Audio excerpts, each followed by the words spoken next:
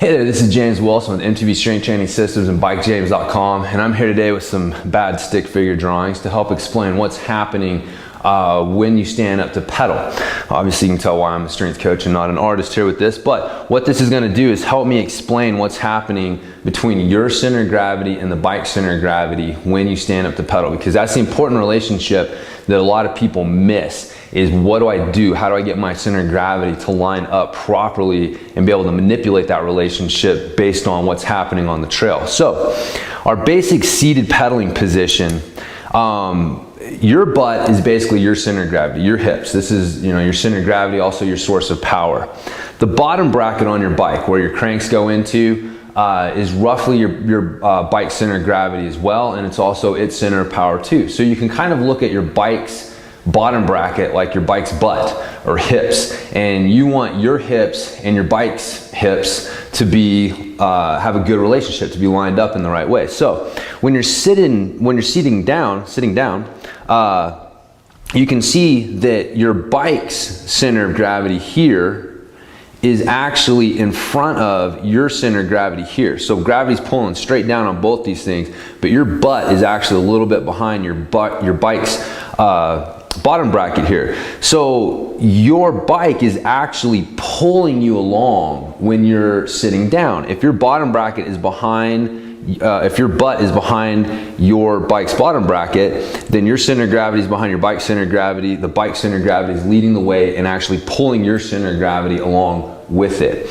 Now, when you stand up, we want this relationship to change. And this is the biggest mistake that people make when they go to stand up, is that they basically just kind of keep this relationship. They kind of stand up and they look like they're in kind of a hovering seated position instead of actually pushing their hips forward, standing up straighter, getting a straighter posture. Now you can see when you do that, what happens is now here's your bike center of gravity, and now here's your center of gravity. Now you are actually in front of your bike center of gravity. So your bike at this point is actually pushing you forward.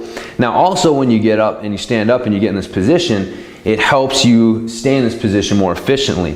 When you push your hips forward, you're going to get your back straighter. You're going to be able to put more, use your arms to hold your weight up, and you're also going to be able to drive your legs down and back, which is a more efficient use of your hips. You're actually going to get more leg power and better leg extension when you stand up than you can ever do when you're sitting down. So that's one of the reasons that seated pedaling is so important for us on the trail, because it is really the most efficient, most powerful pedaling position for us to be in. We just have to work on being able to sustain it longer, because like I've said, it is a separate skill.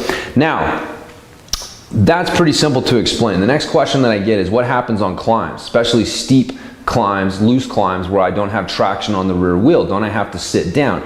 And I wrote a blog post about this and mentioned that really what people are mistaking is the fact that their butt on the seat is weighting the rear tire. They're not actually pressing into the bike with their seat as much as their butt being back on their seat is weighting the rear tire. Now, let me show you what I mean. So again, awesome stick figure drawings to show this, but when we go into an incline, one, you're gonna have to push your hips further. I mean, as the bike inclines, you're gonna have to get further over the front end to maintain this relationship. You're basically wanting to keep your center of gravity either on top of or preferably a little bit in front of your bike center of gravity.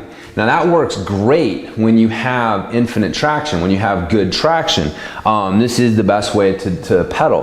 But what happens is when we start to slip out, what happens when this gets loose? Now we have to push the hips back. So we push the hips back because what we want is for the hips and your bike center of gravity, or for your center of gravity to be over the rear wheel, over the rear axle, because we want the weight going in right there.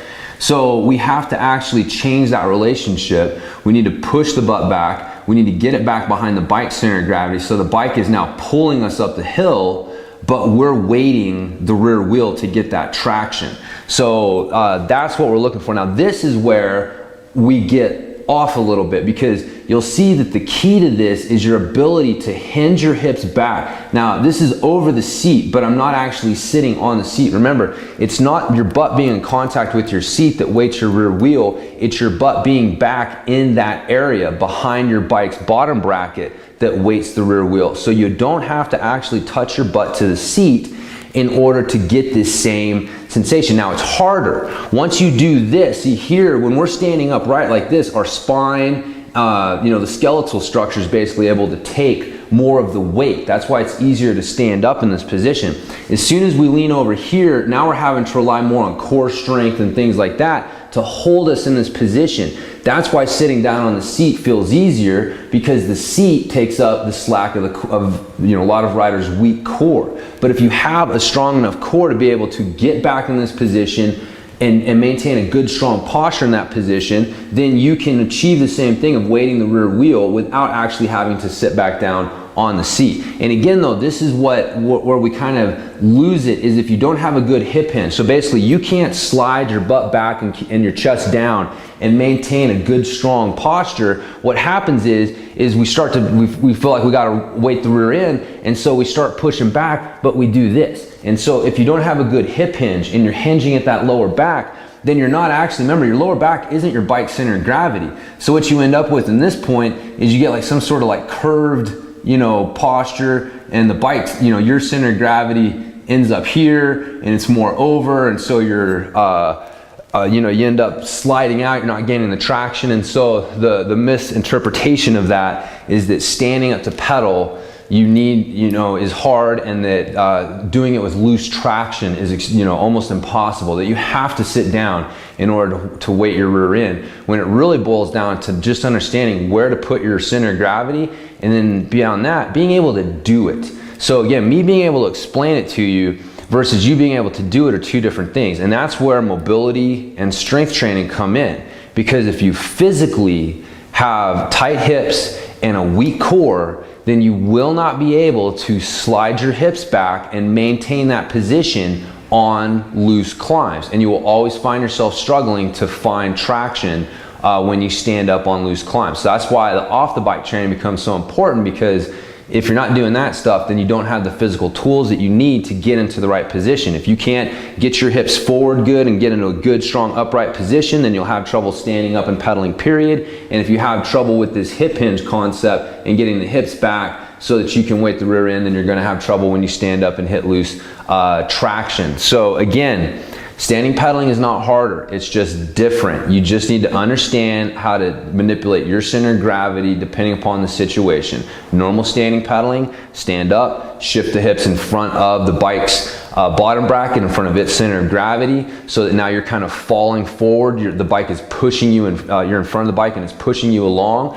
When you need that extra traction, you can sit down, or you can just slide your hips back, and it will accomplish the same thing of allowing you to weight the rear end and keep traction on the rear tire. So that's basically it. Hopefully this explains a little bit better. You guys can see through my artistic rendering here that relationship between your center of gravity and the bike center of gravity, and how it affects standing pedaling. So again, this doesn't matter what kind of bike you're on, anything like that, this does apply. Now I will say real quick, I did mention in another article not too long ago that your bike fit can affect this, and particularly having a long stem, having a stem of like over 60 millimeters, like 100 millimeter stem, which is really common on cross-country bikes, actually makes it harder for you to stand up and climb. And the reason for this is that longer stem will actually push you further out, which will pull your center of gravity further forward,